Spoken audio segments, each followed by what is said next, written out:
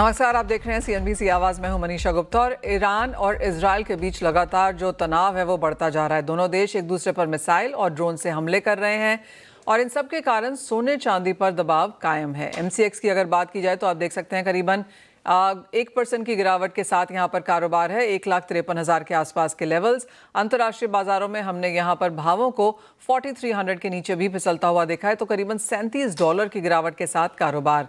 यही हाल यहाँ पर चांदी का है, जो भी 2 महीने के लोज पर कारोबार कर रही है। $70 का लेवल हमने नीचे में टूटता हुआ देखा है और भारतीय बाजारों में 2.5% की गिरावट के साथ 2,42,000 के लेवल्स पे फिलहाल कारोबार। यहाँ से अब और क्या करना चाहिए, किस तरह की सिचुएशन बन सकती है, कैसी डिमांड है, इस पर बात करने के लिए हमारे साथ विघ्नहर्ता गोल्ड के founder and CEO Mahendra Lunia हैं। हमारे साथ एसएमसी ग्लोबल सिक्योरिटीज से वंदना भारती भी हैं। आप दोनों का कार्यक्रम में स्वागत है। वंदना, ऑन चार्ट्स कैसे देखती हैं सोने चांदी के प्राइसेस और जो ये नियर टर्म गिरावट है, क्या ये और गहरा सकती है?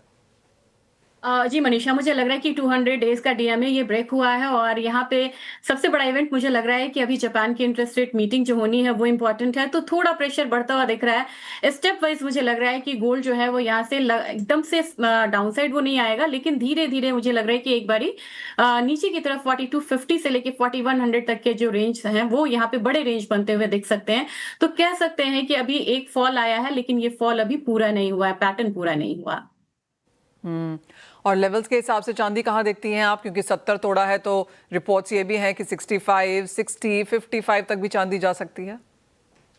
अल्टीमेटली मुझे लग रहा है कि एक बार $65 देन $62 और वहां से मुझे लग रहा है कि जो रिवर्सल्स होंगे अगेन वो बड़े हेल्दी रिवर्सल्स होंगे, चाहे वो चांदी में हो या सोने में हो। सेंट्रल बैंक्स ने यहाँ पे अपनी बाइंग बढ़ाई है। मुझे लग रहा है कि फिजिकल और ईटीएफ दोनों में ही यहाँ पे एग्रेसिव बाइंग बनेगा। तो $65 पहला है चांदी के लिए डाउनसाइड का मेरा मतलब एस्टिमेट। दूसरा यहाँ पे $62 है और वहां से मुझे लग रहा है कि रिवर्सल्स आएंगे तो एक बार हम लोग $72 भी आता हुआ देख सकते हैं। तो ये लंबे स्पाइक्स का जो ट्रेड है वो यहाँ पे आता हुआ हम देख सकते हैं जून महीने में। और गोल्ड में क्या लगता है वन्ना, आपको लगता है प्राइसेस यहाँ पर लोग काफी हद तक इंतजार कर रहे हैं कि और गिरावट आए तो खरीदें यहाँ पर, तो 1.5 लाख के नीचे चांदी, 1.5 लाख के नीचे सोना नजर आता है? मुझे सोने में लग रहा है कि अपनी मार्केट थोड़ा-सा यहाँ पे तो डिकपल हुई है, तो बहुत ज़्यादा यहाँ पे वेट नहीं करना चाहिए। पहला तो 1,50,000 ही मैं बोलूँगी कि वहाँ से आपको का बाइंग शुरू करनी चाहिए और दूसरा मुझे लग रहा है कि 1,48,000 तक ये जो है वो नियर टर्म में हम आता हुआ देख सकते हैं और वहाँ से एक जो बाइंग है वो शुरुआत करनी चाहिए स्टैगर्ड वे में। और एकदम से ये बोलना कि यहाँ से बहुत ज़्यादा नीचे आ जाएगा या लाख रुपए नीचे आ जाएगा, उतना मुझे नहीं लग रहा है। अगर पैनिक सिचुएशन में मैं बात करूँ कि पैनिक में और बहुत ज़्यादा पैनिक आता है, तो यहाँ पे भारतीय बाजार में सोना कितना आ सकता है, वो मुझे अल्टीमेटली लग रहा है कि 1,42,000 1,45,000 से नीचे फिलहाल नहीं जाना चाहिए। तो एक सपोर्ट यहाँ पर मार्केट्स में बना रह सकता है, लेकिन नियर टर्म में एक गिरावट की एक्सपेक्टेशन है। और अगर 1,45,000 की हम बात से बात कर रहे हैं तो यहाँ से 7-8 हज़ार रुपए की गिरावट सोने में बनती हुई नजर आ सकती है। महेंद्र जी, आप कैसे देखते हैं सोने के प्राइसेस को यहाँ से, और किस तरह की सोने की डिमांड है? मैं बिल्कुल वंदना जी के साथ जाना चाहूंगा। 1.5 लाख के नीचे आपको 1,45,000 मिलने की संभावना काफी है। और वैसे देखा जाए तो हमारे पास काफी सारा बुकिंग चालू हो गया है, क्योंकि 1,60,000 1,55,000 के नीचे आने के बाद ही लोगों के फोन वगैरह चालू हो गए थे। लेकिन हमने भी उन्हें बताया था मे भी पॉसिबली आपको 1.5 लाख के रेट या 1,45,000 के देखने को मिल सकता है। तो यस, 1,45,000 मेरे हिसाब से वहां आने की पूरी संभावना दिखती है। उससे नीचे मैं खुद भी नहीं देखता हूँ। रही बात डिमांड की, गहनों की डिमांड काफी हद तक कम हो चुकी है। मोर देन 30-35% कस्टमर कम हो चुके हैं। और मान लीजिए ऐसा कि जैसे रौनक चली गई है दुकानों की, मोदी जी के कहने के बाद लोगों ने गोल्ड खरीदना थोड़ा सा रोक ही दिया है। हाँ, इन्वेस्टमेंट पॉइंट ऑफ से अगर आप देखते हो तो इन्वेस्टमेंट में काफी सारी चीजें हो रही है, बदलाव हो रहा है। लोग लॉन्गर टर्म के हिसाब से यहाँ पे इन्वेस्टमेंट करना चाहते हैं, कर रहे हैं। और इन डिजिटल फॉर्म में ईजीआर के कारण एक बदलाव जो सामने आ रहा है, वो भी मुझे लगता है कि एक अपना रोल अदा करेगा और बढ़ेगा। अगर ये ईजीआर का अगर अवेयरनेस हर तरफ से बढ़ता है, तो हो सकता है कि गोल्ड में और इंडियन पॉइंट ऑफ व्यू से बाहर आ जाए गोल्ड। तो हो सकता है कि गोल्ड के प्राइजेस कहीं स्थिर रहेंगे अभी कुछ दिनों के लिए। लेकिन 1,45,000 के नीचे मैं नहीं देखता।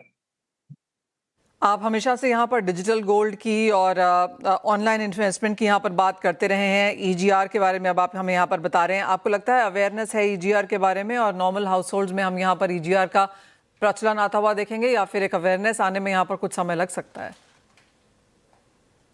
अगर आप लोग, यानी कि मैं ये कहूंगा कि सीएनबीसी हो या मनीषा जी आप हो, अगर आप लोग अगर इसे थोड़ा सा दिल पे लो तो इंडियन इकोनॉमी के लिए ये बहुत अच्छी चीज होगी कि ईजीआर का लोगों तक अवेयरनेस जाना। वंदना जी भी अपने पॉडकास्ट में काफी बार इस चीज का जिक्र करती है, मैं देखता रहता हूँ। लेकिन ये अगर चीज लोगों तक पहुंचेगी ठीक ढंग से तो बहुत अच्छी चीज होगी, क्योंकि हम भी चाहते हैं बाहर हमारा रुपया ना जाए, और प्राइजेस अगर कम रहता है तभी तो लोग भी दुकान में आके गहना खरीदते हैं। अगर ये चीज करनी है तो लोगों को अवेयरनेस करना ईजीआर के बारे में बहुत जरूरी है। मैं बहुत जल्द एनएससी के साथ भी एक मीटिंग करने जा रहा हूँ। हो सकता है कि हम भी उनके साथ ईजीआर अवेयरनेस में एक हमारा रोल अदा कर सके। मैं खास तौर पे आपसे जरूर कहूंगा कि आप ईजीआर के लिए आप भी अपने कुछ अगर बातें हो सकती है, एक अवेयरनेस सेशन रेगुलरली होता है तो होना चाहिए, और इससे बदलाव बहुत बड़ा आएगा। टेकन महेंद्र जी, आपकी बात हमने बिल्कुल दिल पे ली है और जैसे आपने कहा ईजीआर एक बेहतरीन प्रोडक्ट है, बहुत बात करनी चाहिए, अवेयरनेस फैलाई जानी चाहिए, तो एक साथ मिलकर वो काम भी करेंगे। लेकिन इसी के साथ एक ब्रेक का भी समय है, लौटेंगे और यहाँ पर जानेंगे कुछ और कमोडिटीज़ के बारे में स्ट्रैटेजीज वंदना से।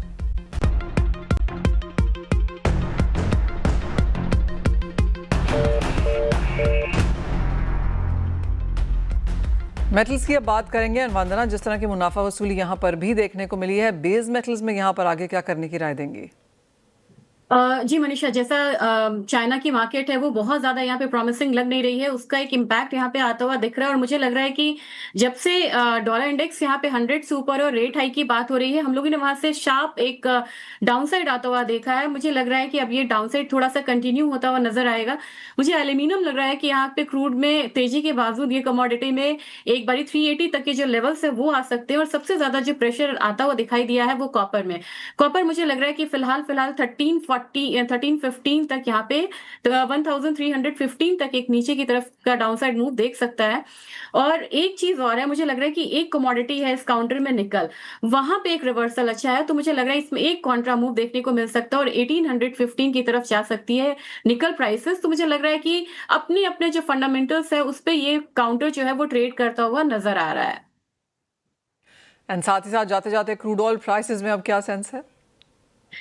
मुझे लग रहा है कि क्रूड ऑयल प्राइसेस अभी ट्रम्प का स्टेटमेंट आया है कि यहाँ पे बंद होना चाहिए ईरान और इजराइल की तरफ से फाइट, लेकिन फिर भी मुझे लग रहा है कि ये बहुत ज्यादा इंपैक्टफुल नहीं रहेगा।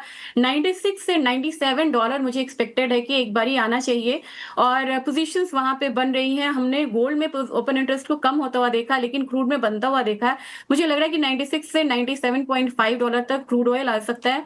हमारे मार्केट में ये 9250 से लेके 9300 तक के लेवल्स को दिखा रही है। तो मुझे लग रहा है फिलहाल यहाँ पे एक अपसाइड जो है क्रूड ऑयल में वो रहना चाहिए। ऑलराइट वंदना, बहुत शुक्रिया साथ जोड़ने के लिए। तो क्लियरली कुछ तेजी यहाँ पर कच्चे तेल में बरकरार है, लेकिन कुछ मुनाफा वसूली के साथ यहाँ पर मेटल्स में कारोबार आगे भी देखने को मिल सकता है। वेल, इसी के साथ एक ब्रेक का समय है, आप बने रहिए हमारे साथ, हम लेकर आएंगे आवाज समाचार।